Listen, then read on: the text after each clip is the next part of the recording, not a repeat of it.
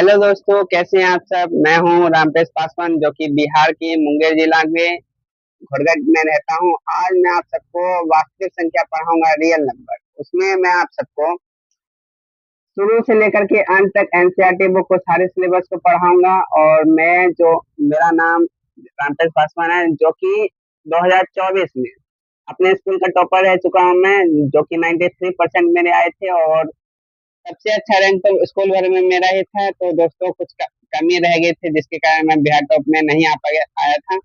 इसीलिए मुझे पता है कि हर स्टूडेंट कहाँ गलती करता है, तो मैं आप सबको बताऊंगा। आप सब मेरे साथ बने रहिएगा और मैं आपको पढ़ाऊंगा एक एक कर करके। अभी 6 महीना 7 महीना बचा हुआ है 10th बोर्ड के एग्जाम के लिए। इसीलिए आप सब मेरे साथ बने रहे। मैं आपको इन्हीं महीनों में आपका पूरा सिलेबस कंप्लीट करा दूंगा। बस आप रेगुलर बने रहे और लाइव सपोर्ट करें। चलिए अब स्टार्ट करते हैं। देखिए, पहला चैप्टर है वास्तविक संख्या यानी रियल नंबर। पहले वास्तविक संख्या के हम कुछ मेन मेन टॉपिकों को जानेंगे, यानी पॉइंट को जानेंगे। पहला है प्राकृतिक संख्या। दोस्तों अब देखिए, प्राकृतिक संख्या किसे कहते हैं, व्हाट इज दिस प्राकृतिक संख्या यानी नेचुरल नंबर। तो देखिए, गिनती की संख्या को दोस्तों प्राकृतिक संख्या कहते हैं। अब गिनती हमेशा कहाँ से स्टार्ट होती है, एक से। तो जैसे एग्जाम्पल सुनते हैं 1 2 3 4 5 6 7 8 dot dot dot dot dot. ये कहाँ तक जाता है दोस्तों, इन्फिनिटिव तक जाता है, यानी अपरिभाषित। यानी इतने ही ये संख्या है, गिनती की संख्या कभी खत्म नहीं होती है दोस्तों।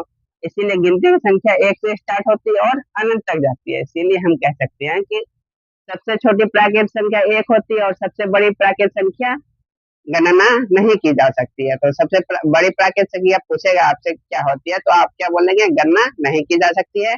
और सबसे छोटी प्राकृतिक संख्या दोस्तों एक होती है। अब आते हैं दूसरे टॉपिक पे। दूसरा टॉपिक है दोस्तों पूर्ण संख्या। क्या है दोस्तों दूसरा टॉपिक, पूर्ण संख्या। तो पूर्ण संख्या यानी गिनती की संख्या में अगर जीरो को शामिल कर दिया जाए तो वह क्या बन जाती है, पूर्ण संख्या बन जाती है। देखते हैं अब एग्जाम्पल। जैसे दोस्तों देख सकते हैं, ये जो गिनती है एक से लेकर के इन्फिनिटी तक, अगर इसमें बस हम जीरो को शामिल कर देंगे ना, तो ये मेरा क्या बन जाएगा, पूर्ण संख्या। तो पूर्ण संख्या भी इन्फिनिटी तक जाती है। अब देखिए, सबसे छोटी पूर्ण संख्या दोस्तों जीरो होती है और सबसे बड़ी पूर्ण संख्या इन्फिनिटिव होती है, यानी उसको हम गणना नहीं कर सकते हैं। आगे देखते हैं दोस्तों। आगे तीसरा पॉइंट है पूर्णांक संख्या। क्या है, पूर्णांक संख्या। तो पूर्णांक संख्या दोस्तों ये जानते हैं कि पूर्ण संख्या में अगर हम ऋणात्मक संख्याओं को ले लें, यानी ऋणात्मक दोस्तों मतलब हो गया माइनस वाले चिन्ह वाले संख्याओं को ले लेते हैं, तो वो क्या होता है, शामिल करने पर वह पूर्णांक संख्या बन जाती है। जैसे कि -4 -3 -2 -1, ये भी इन्फिनिटिव तक जाता है। ये भी दोस्तों इन्फिनिटिव तक जाता है।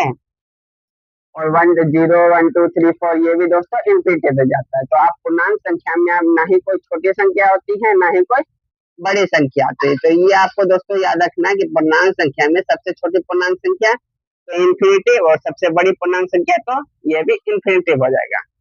हम दोस्तों बढ़ते हैं आगे के, देखते हैं अब दूसरे टॉपिक की ओर बढ़ते हैं दोस्तों।